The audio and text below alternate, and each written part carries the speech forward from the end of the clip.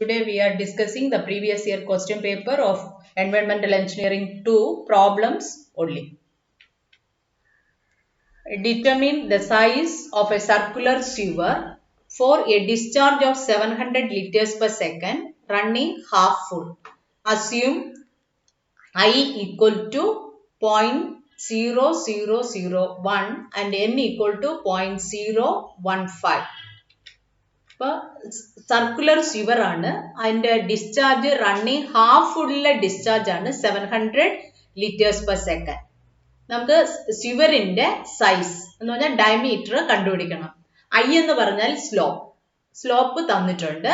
അതുപോലെ എൻ എന്ന് പറഞ്ഞാൽ മാനിങ്സ് കോൺസ്റ്റന്റ്, ദാറ്റ് ഈസ് 0.015. അപ്പോൾ circular sewer running half full എന്ന് പറഞ്ഞാൽ അതിന്റെ meaning small d equal to 0.5 d. Small d എന്ന് പറഞ്ഞാൽ പാർഷ്യൽ ഡെപ്തിലെ പാർഷ്യൽ എന്ന് പറഞ്ഞാൽ റണ്ണിങ് ഹാഫ് ഫുൾ ആയിരിക്കുമ്പോൾ ഉള്ള depth. d equal to or d by d equal to 0.5. Then the discharge running half full ആയിരിക്കുമ്പോൾ discharge 700 liters per second. അതിന് meter cube per സെക്കൻഡിലോട്ട് convert ചെയ്യുക. അപ്പൊ 700 ലിറ്ററിനെ മീറ്റർ ക്യൂബ് ആക്കാൻ ഡിവൈഡഡ് ബൈ 1000. അപ്പൊ അത് ചെയ്യുമ്പോൾ 0.7 cumecs or meter cube per second. ഇനി സ്ലോപ്പ് നമ്മൾ ഐ എന്നോ അല്ലെങ്കിൽ എസ് എന്നോ ഡിനോട്ട് ചെയ്യാം. S equal to 0.0001, Manning's constant n equal to 0.015. Then by using this table എന്നത് രണ്ട് ടേബിൾ ഉണ്ട്. അതില് ഒന്നെന്ന് പറഞ്ഞത് ഈ n by n എന്ന് പറഞ്ഞാൽ proportionate values of the hydraulic elements for circular sewer when flowing partially full ആണ് നമ്മൾ എടുക്കുക. രണ്ടെണ്ണം ഉണ്ട്. അതില് n ഈക്വൽ ടു 1ന്റെ കേസും ഉണ്ട്, n എന്ന് പറഞ്ഞത് വേരി ചെയ്യുന്നത്. അപ്പൊ ഇവിടെ ഇപ്പൊ നമ്മള് variations of n with depth may be neglected എന്നുള്ള കണ്ടീഷൻ. അപ്പൊ ഇതാണ് ടേബിള്. അപ്പൊ അതിനകത്ത് ആദ്യത്തെ ഫസ്റ്റ് ഡെപ്ത് പ്രൊപ്പോർഷനേറ്റ് ഡെപ്ത് അതാണ് small d by capital D. Then പിന്നെ ടേബിളിൽ നിന്ന് നമുക്ക് കിട്ടുന്ന proportionate area, that is small a by capital A, proportionate wetted perimeter small p by capital P, proportionate hydraulic mean depth small r by capital R, proportionate velocity small v by capital V and proportionate discharge small q by capital Q. അപ്പോൾ ഇപ്പൊ d by d യുടെ value അറിയാം, that is 0.5. അതിന് corresponding d by d equal to 0.5 ആണെങ്കിൽ അതിന് corresponding values നമുക്ക് ഈ ടേബിളിൽ നിന്ന് എടുക്കാൻ പറ്റും.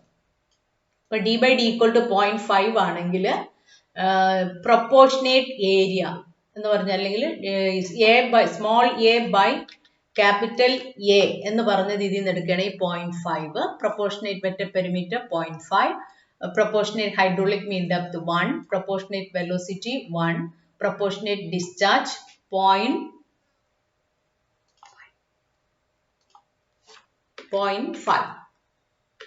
അപ്പോൾ d by d equal to 0.5, small q by capital Q equal to 0.5. That value is obtained from the table. Then from this equation find out capital Q. Capital Q എന്ന് പറഞ്ഞാൽ full ഡെപ്തിലെ ഡിസ്ചാർജ്. പാർഷ്യൽ ഡെപ്തിലെയാണ് small letter കൊണ്ട് denote ചെയ്യുന്നത്. അപ്പൊ capital Q equal to small q divided by 0.5, that is 0.7 divided by 0.5, that equal to 1.4 cumex. Then assuming n not to vary with depth. അപ്പൊ ഇവിടെ നമ്മൾ ആ ടേബിൾ എന്ന് പറഞ്ഞത് ഡെപ്ത് n എന്ന് പറഞ്ഞത് not vary with the depth എന്നുള്ള അസംഷനിലാണ് നമ്മൾ എടുത്തത്. അപ്പൊ അതവിടെ സ്പെസിഫിക് ആയിട്ട് പറയണം. Assuming n not to vary with depth. ഇനി വേരി ചെയ്യണമെങ്കിൽ വേറെ ടേബിളാണ്. അപ്പൊ using the Manning's formula q is equal to, ശരിക്കും മാനിങ്സ് ഫോർമുല എന്ന് പറഞ്ഞാൽ v is equal to 1 by n r raised to 2 by 3 s raised to half. ആ v ക്ക് പകരം q by a കൊടുക്കുക, അതിൽ നിന്നാണ് q കിട്ടുന്നത്. അപ്പൊ q is equal to 1 by n into a into r raised to 2 by 3 into root s or s raised to half. n എന്ന് പറഞ്ഞത് മാനിങ്സ് കോൺസ്റ്റന്റ്, ക്യാപിറ്റൽ a എന്ന് പറഞ്ഞത് area, r hydraulic mean depth or hydraulic mean radius, s is the bed slope. r കണ്ടുപിടിക്കാൻ sewer running full ആണെങ്കിൽ half full ആണെങ്കിൽ r എന്ന് പറഞ്ഞാൽ a by p, That is area divided by wetted perimeter. In a circular sewer running full ആണെങ്കിൽ A എന്ന് പറഞ്ഞാൽ pi by 4 d square. P എന്ന് പറഞ്ഞാൽ pi d. അപ്പോൾ R കണ്ടുപിടിക്കുമ്പോൾ R equal to pi by 4 d square divided by pi d. അപ്പോൾ കിട്ടുന്ന answer d by 4. That is sewer running full. Suppose the sewer running half full ആണെങ്കിൽ half full ആവുമ്പോൾ area എന്ന് പറഞ്ഞത് ശരിക്കും full ആവുമ്പോൾ ഉള്ള area pi by 4 d square.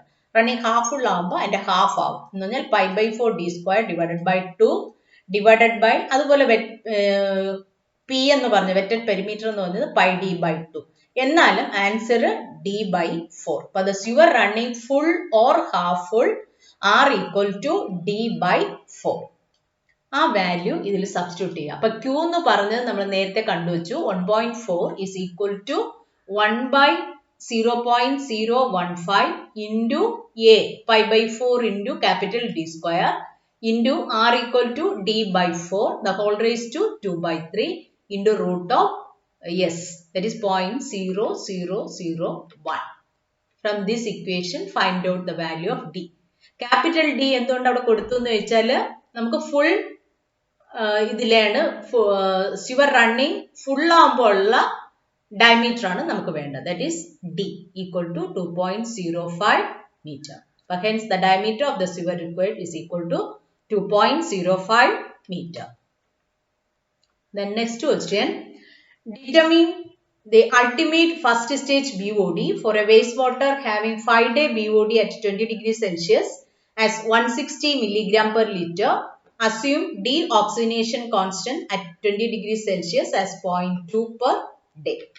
Ultimate BOD, that is L നമുക്ക് കണ്ടുപിടിക്കണം. BOD കണ്ടുപിടിക്കേണ്ട general equation YT is equal to L into 1 minus 10 raised to minus KD into T. Where YT is a BOD at any time T, L ultimate BOD or that equal to the initial BOD. Then KD deoxygenation constant T time in days. ഇനി ഈ KD യുടെ value temperature മാറുമ്പോൾ KD യുടെ value മാറും. And the value of KD at 20 degrees Celsius ranges from 0.05 to 0.2 per day. Suppose this value is greater than 0.2, the actual value of KD is obtained by multiplying this value with 0.434. അപ്പോൾ അത് പ്രത്യേകം ശ്രദ്ധിക്കുക. എന്ന് പറഞ്ഞാൽ equation BOD equation derive ചെയ്യുമ്പോൾ ആ base ഇയിലെ value ആയിരിക്കും greater than 0.2 വരുന്നത്. ബേസ് 10ലെ വാല്യൂ ഒരിക്കലും ഗ്രേറ്റർ ദാൻ 0.2 വരില്ല. അപ്പോൾ ആക്ച്വൽ വാല്യൂ ഓഫ് KD കണ്ടുപിടിക്കണമെങ്കിൽ 0.434 കൊണ്ട് മൾട്ടിപ്ലൈ ചെയ്യാം. Actual value of KD equal to 0.434 into KD. ഇവിടെ ഇപ്പൊ നമുക്ക് പ്രശ്നമില്ല. എന്താ വെച്ചാൽ KD യുടെ വാല്യൂ 0.2 തന്നെ നിപ്പുണ്ട്. ഇനി അതുപോലെ ടെമ്പറേച്ചർ ഇപ്പൊ ഇവിടെ അൾട്ടിമേറ്റ് BOD കണ്ടുപിടിക്കാൻ പറഞ്ഞിട്ടുണ്ട്. പക്ഷെ 5-day BOD at 20 degree Celsius ആണ് തന്നിരിക്കുന്നത്. deoxygenation constant 20. ഇനി 5-day BOD at 30 ആണെങ്കിൽ ആ 30 degree Celsiusലെ KD value നമ്മൾ സെപ്പറേറ്റ് ഇക്വേഷൻ വെച്ച് കണ്ടുപിടിക്കുക. എന്ന് പറഞ്ഞാൽ KD at any temperature T degree Celsius equal to KD at 20 into 1.047 the whole raised to T minus 20. ആ ഇക്വേഷൻ വെച്ചിട്ട് കാൽക്കുലേറ്റ് ചെയ്യാം. അപ്പൊ ഇവിടെ ഇപ്പൊ ആ പ്രശ്നമില്ല. രണ്ടും 20 ഡിഗ്രി സെൽഷ്യസ് തന്നെയാണ് ടെമ്പറേച്ചർ തന്നിരിക്കുന്നത്. അപ്പൊ ഇവിടെ 5-day BOD എന്ന് പറയുമ്പോൾ it is denoted by Y5 equal to 160 milligram per liter. ഇനി BOD KD യുടെ value 0.2 per day. Temperature is same. അപ്പൊ അതുകൊണ്ട് KD വാല്യൂ ഒന്നും മാറ്റം വരുത്തണ്ട. T എന്ന് പറഞ്ഞത് 5 days. അപ്പൊ BOD യുടെ equation YT is equal to L into 1 minus 10 raised to minus KD into T. ആ YT എന്ന് പറയുന്നതാണ് 160 equal to L into 1 minus 10 raised to minus KD 0.2 into 5. അതിൽ നിന്ന് L കണ്ടുപിടിക്കുക. That is ultimate BOD. Ultimate BOD is equal to 177.77 milligram per liter. Next question. The 5-day BOD of a sewage sample is 150 milligram per liter. Determine 3 days 20 degrees Celsius BOD. Assume deoxygenation constant at 20 degrees Celsius as 0.1. So 5-day BOD of a sample is 150 milligram per liter. അവിടെ ടെമ്പറേച്ചറിന്റെ കാര്യം ഒന്നും പറയുന്നില്ല. 5-day BOD ആണെങ്കിൽ standard BOD എന്ന് പറഞ്ഞാൽ 5-day 20 degrees Celsius BOD. അപ്പൊ temperature അവിടെ തന്നിട്ടുള്ളത് 20 ഡിഗ്രി. നമുക്ക് കാൽക്കുലേറ്റ് ചെയ്യേണ്ടതും 20 ഡിഗ്രി സെൽഷ്യസിലെയാണ്. അപ്പൊ നമ്മൾ KD വാല്യൂ 20യുടെ എടുത്താൽ മതി രണ്ടിലും. അപ്പൊ 5-day BOD നേരത്തെ നമ്മൾ ചെയ്ത ക്വസ്റ്റ്യൻ മാതിരി 5-day BOD Y5 is equal to 150 milligram per liter. Then KD value 0.1 per day in 5 days.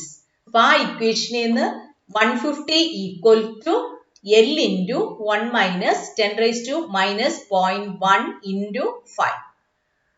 From this equation, find out the value of L. That is L equal to 219.37 milligrams per liter. ഇനി കണ്ടുപിടിക്കേണ്ട determine is 3-day 20 degree Celsius BOD. വീണ്ടും same equation YT is equal to L into 1 minus 10 raised to minus KD into T. അപ്പോൾ YT എന്ന് പറഞ്ഞാൽ Y3 കണ്ടുപിടിക്കുക. That equal to L. L ന്റെ value 219.37 into 1 minus 10 raised to minus 0.1 into T എന്ന് പറഞ്ഞാൽ 3. പിന്നെ ഇവിടെ ക്വസ്റ്റ്യനിൽ ടെമ്പറേച്ചർ മാറ്റി തരുകയാണെങ്കിൽ ആ KD at any ടെമ്പറേച്ചറിന്റെ ഇക്വേഷൻ വെച്ചിട്ട് അത് കണ്ടുപിടിക്കാം. അപ്പോൾ that equal to 109.43 milligrams per liter.